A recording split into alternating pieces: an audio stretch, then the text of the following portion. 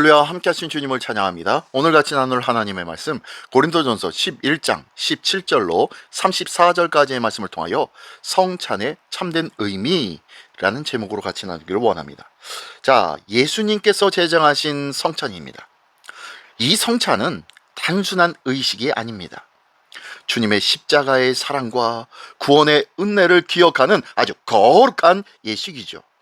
그러나 고린도 교회는 이 성찬을 행하면서도 서로를 배려하지 않았고 공동체를 분열시키며 성찬의 의미를 훼손하였네요. 그래서 오늘 본문은 이 성찬의 본질이 무엇이며 어떤 마음으로 참여해야 하는지를 가르쳐주고 있습니다. 자, 그 내용의 말씀 한 절 한 절씩 은혜 나누기를 원합니다. 먼저 17절로 22절까지의 말씀입니다.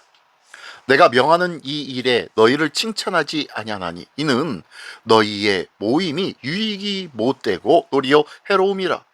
먼저 너희가 교회에 모일 때에 너희 중에 분쟁이 있다 함을 듣고 어느 정도 믿거니와 너희 중에 파당이 있어야 너희 중에 옳다 인정함을 받은 자들이 나타나게 되리라.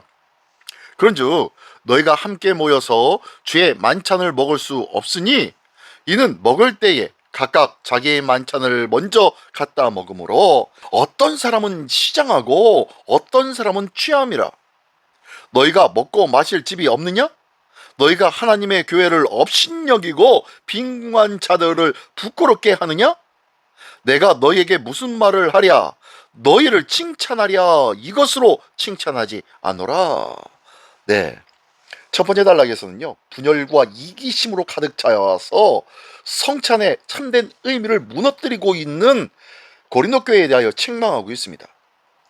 고린도 교회 성도들이 이 성찬을 행하면서도 서로 나뉘고 있었고, 또한 부유한 사람들은 시간적으로 여유있이 사는 사람들이기에 먼저 와서 풍성하게 먹고 마셨지만, 가난한 사람은 열심히 일하느라고 늦게 오게 되어집니다. 그러다 보니 배고픈 채 있다가 부자들이 먹고 남은 음식을 먹거나 그것도 채 먹지 못하는 자들이 있더라는 거예요. 그들은 교회의 공동체성을 무너뜨리고 자신의 만족만을 추구하고 있었던 고린도 교회 성도들을 지금 책망하고 있는 것입니다. 성찬은 그리스도 안에서 한몸된 교회를 나타내는 거룩한 예식입니다. 그런데 성도들이 서로를 무시하고 차별한다면 성찬의 의미는 사라져버린 것이죠. 주님께서는 형식보다 사랑과 연합을 원하고 계시다는 것을 기억하십시오. 공동체 안에서 차별과 편견이 있다면 버려야 할 줄 믿습니다. 나의 유익보다 공동체의 유익을 먼저 생각하는 은혜가 있기를 원합니다. 사랑으로 서로를 존중히 여기며 서로 섬기는 복되고 귀한 믿음의 공동체가 되어지기를 예수님의 이름으로 축원합니다. 네, 계속해서 23절로 34절까지의 말씀입니다. 내가 너에게 전한 것은 주께 받은 것이니 곧 주 예수께서 잡히시던 밤에 떡을 가지사 축사하시고 떼어 이르시되 이것은 너희를 위하는 내 몸이니 이것을 행하여 나를 기념하라 하시고 식후에 또한 그와 같이 잔을 가지시고 이르시되 이 잔은 내 피로 세운 새 언약이니 이것을 행하여 마실 때마다 나를 기념하라 하셨으니 너희가 이 떡을 먹으며 이 잔을 마실 때마다 주의 죽으심을 그가 오실 때까지 전하는 것이니라. 그러므로 누구든지 주의 떡이나 잔을 합당하지 않게 먹고 마시는 자는 주의 몸과 피에 대하여 죄를 짓는 것이니라. 사람이 자기를 살피고 그 후에야 이 떡을 먹고 이 잔을 마실지니 주의 몸을 분별하지 못하고 먹고 마시는 자는 자기의 죄를 먹고 마시는 것이니라. 그러므로 너희 중에 약한 자와 병든 자가 많고 잠자는 자도 적지 아니하니 우리가 우리를 살폈으면 판단을 받지 아니하려니와 우리가 판단을 받는 것은 주께 징계를 받은 것이니 이는 우리로 세상과 함께 정죄함을 받지 않게 하려 하심이라. 그런즉 내 형제들아 먹으러 모일 때에 서로 기다리라.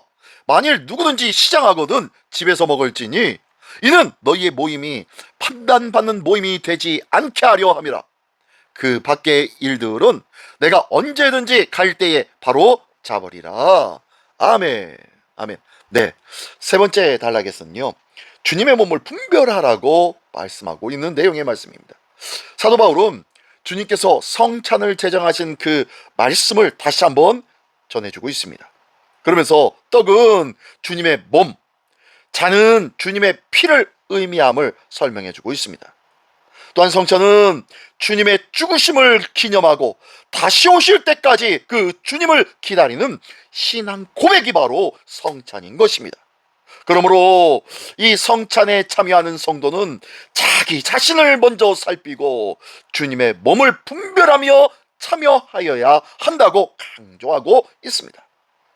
그렇습니다. 성찬은 단순한 종교 행위가 아닙니다.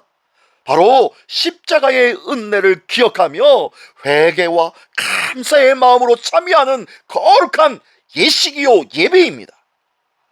자신을 돌아보지 않고 참여하는 것은 주님의 몸과 피를 가볍게 여기는 아주 어리석고 죄된 행동이 되겠지요. 그러므로 성찬에 참여하기 전에 우리는 우리 자신을 날마다 돌아봐야 할 줄 믿습니다. 그리고 그 십자가의 은혜에 깊이 감사하며 참여해야 할 줄 믿습니다. 우리 주님 다시 오심을 소망하며 그 다시 오실 그때까지 믿음으로 이 거룩한 은혜의 삶을 누리는 우리 모두가 되시기를 예수님의 이름으로 축원합니다. 예, 하나님의 말씀을 다시 한번 정리해 봅니다. 성찬은 교회의 전통적인 의식, 예식뿐만 아니라 주님의 십자가, 그 사랑을 기억하는 은혜의 자리입니다. 우리는 이 성찬을 통하여 주님의 희생을 기억하고 서로 사랑하며 다시 오실 주님을 소망해야 할 줄 믿습니다. 형식적인 참여를 넘어 감사와 회개의 마음으로 거룩한 이 성찬으로 나아가는 복된 하나님의 성도, 소망의 성도가 되시기를 예수님의 이름으로 축원합니다. 기도하겠습니다. 사랑의 주 하나님, 감사를 드립니다. 십자가의 은혜를 잊지 않게 하여 주시옵소서. 성찬의 참된 의미를 깨닫게 하여 주시고 공동체를 사랑으로 섬기는 믿음 더하여 주시옵소서. 또한 내 자신을 살피며 거룩한 마음으로 주님 앞에 한 걸음 한 걸음 나아가기를 원하오니 주님 함께하여 주시옵소서. 주님의 몸된 교회를 세우며 다시 오실 주님을 소망하는 우리 모두가 되기를 원하오니 주님 함께하여 주시옵소서. 오늘도 우리에게 거룩한 성찬을 통하여 이를 기념하라 말씀하시고 깨닫게 하여 주시는 우리 주 예수 그리스도의 이름으로 기도드리옵나이다. 아멘.